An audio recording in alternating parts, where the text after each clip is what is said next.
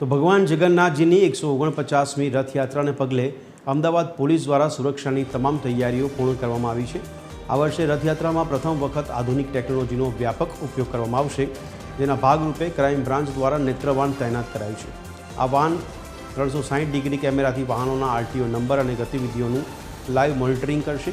ગત વર્ષની ઘટનાને ધ્યાનમાં રાખીને ગજ રક્ષક સિસ્ટમ અમલમાં મુકાઈ છે, જેમાં 18 હાથીઓ પર જીપીએસ, સાઉન્ડ સેન્સર અને હન્ટિંગ કેમેરા લગાવવામાં આવશે। ત્યારે કેમેરા દર 5 સેકન્ડે કંટ્રોલ રૂમને ફોટા મોકલશે। મોબાઈલ કમાન્ડ વાહન દ્વારા Ahmedabad police, DGP control room અને સીએમ ઓફિસને પણ લાઈવ ફીડ મળશે।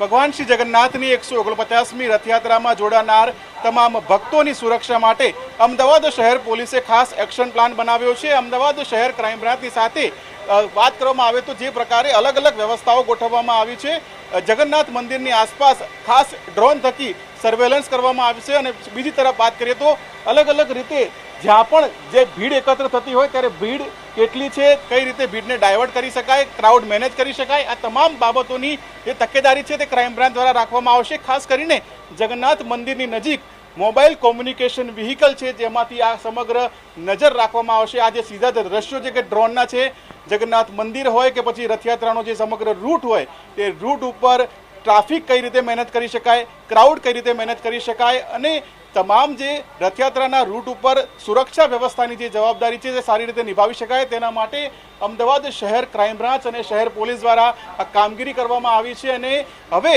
જ્યારે રથયાત્રાને આડે ગણતરીના કલાકો રાહ જોવાઈ રહ્યા છે, ત્યારે અમદાવાદ શહેર પોલીસ રથયાત્રા શાંતિપૂર્ણ માહોલમાં પૂર્ણ થાય તેના માટે સજ્જ બની છે। કેમેરા પર્સન હેમંત ગાયકવાડ સાથે ભાવેશ રાજપૂત, TV13। ભગવાન શ્રી જગન્નાથની 149મી રથયાત્રામાં આર્ટિફિશિયલ ઇન્ટેલિજન્સ એટલે કે એઆઈનો ભરપૂર ઉપયોગ કરવામાં આવશે, કારણ કે લાખો શ્રદ્ધાળુઓ ભગવાનના દર્શન માટે આવતા હોય છે।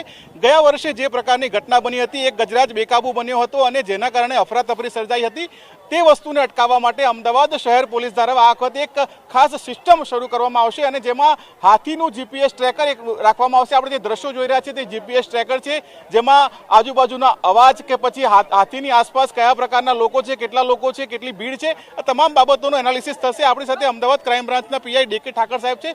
ઠાકર સાહેબ, ગયા વખતે જે હાથીવાળી ઘટના બની, આ વખતે એનાથી બચવા માટે કઈ રીતનું પ્રયાસ છે ને કઈ રીતે કામગીરી રહેશે? ગત વર્ષે ગજરાજો બેકાબુ બનવાની ઘટના બનેલ, તે માટે આ વખતે ક્રાઇમ બ્રાન્ચ દ્વારા અગમચેતી રૂપે ગજરક્ષક એલિફન્ટ મોનિટરિંગ સિસ્ટમ ઇન્ટ્રોડ્યુસ કરવામાં આવેલ છે, જેમાં ગજરાજોની અંબાડી પર જ તે સમગ્ર સિસ્ટમ માઉન્ટ કરવામાં આવશે। તેમાં ગજરાજોનું live location tracking, 360 degree camera, noise monitoring અને સ્પીડ મોનિટર પણ થશે। જો એમાં કોઈપણ પ્રકારની અસામાન્ય હિલચાલ જણાશે તો તાત્કાલિક ફિલ્ડ ઓફિસરને જાણ કરી એલર્ટ જનરેટ કરવામાં આવશે। અને આ ઉપરાંત સમગ્ર રથયાત્રાના રૂટ પર 3300થી પણ વધારે જેટલા સીસીટીવી અને 60થી પણ વધારે જેટલા ડ્રોન્સથી સતત લાઈવ મોનિટરિંગ કરવામાં આવશે અને તેનું કમાન્ડ એન્ડ કંટ્રોલ સેન્ટર ખાતે સતત અપડેટ થતું રહેશે। આ ઉપરાંત સમગ્ર રથયાત્રાના રૂટ પર દિવ્ય નેત્ર વેન કે જે આજુબાજુમાં પસાર થતા તમામ વ્હીકલ અને લોકોના ફેસને કેપ્ચર કરી જો એવું કોઈ પણ ગુનામાં વપરાયેલું વાહન હશે તો પણ એની નંબર પ્લેટ ડિટેક્ટ કરી લેશે। સમગ્ર રથયાત્રાના રૂટ પર 44થી પણ વધારે જેટલા મિસિંગ ચિલ્ડ્રન માટેના સ્ટોલ્સ બનાવવામાં આવેલ છે અને પબ્લિક એડ્રેસ સિસ્ટમ પણ લગાવવામાં આવેલ છે। આ વખતે ક્રાઇમ બ્રાન્ચ દ્વારા સમગ્ર મૂવિંગ બંદોબસ્તની વહેંચણીથી માંડીને તમામ પ્રકારની વિગતો એઆઈ બેઝડ કોલિંગ દ્વારા જેટલા પણ પોલીસ કર્મચારીઓ બંદોબસ્તમાં રોકાયેલા છે તેમને એઆઈ બેઝડ કોલિંગ દ્વારા સમગ્ર બંદોબસ્તની જાણકારી તથા માહિતી આપવામાં આવશે। ખાસ કરીને ફેસ રેકોગ્નાઇઝ સિસ્ટમ એક આ વખતે કરવામાં આવી છે, એનાથી શું ફાયદો થશે અને એનો ઉપયોગ કઈ રીતે કરવામાં આવશે? આ વર્ષે રથયાત્રામાં જગન્નાથજીના મંદિરના મુખ્ય દ્વાર ખાતે પિનાક 2.0 ફેશિયલ રેકગ્નિશન સિસ્ટમ લગાવવામાં આવેલ છે, જેમાં 65,000થી પણ વધારે જેટલા પિક પોકેટર્સ અને અન્ય ઓફેન્ડર્સનો ડેટા ઇન્સ્ટોલ કરેલ છે। જો એવા કોઈ પણ વ્યક્તિ મુખ્ય દ્વારથી પ્રવેશ કરશે તો તેમનો તાત્કાલિક ફેસ સ્કેન કરી અને સિસ્ટમમાં એલર્ટ જનરેટ કરશે। જગન્નાથ મંદિરની બહાર એક મોબાઈલ કોમ્યુનિકેશન ઓફિસ શરૂ કરવામાં આવી છે, તેનો કઈ રીતે ઉપયોગ કરવામાં આવશે?